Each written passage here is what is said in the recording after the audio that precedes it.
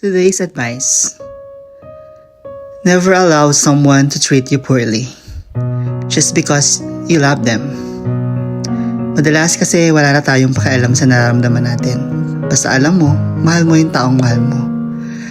At gusto mo yung taong gusto mo. Without actually realizing na they are disrespecting you already. Madalas nga nakapag-settle tayo sa list na hindi natin namamalayan. Kasi masyado tayong focus sa taong mahal natin. Na yung attention natin, nasa kanila lang. Look straight, huwag tumingin sa iba na parang feeling mo kasalanan yun.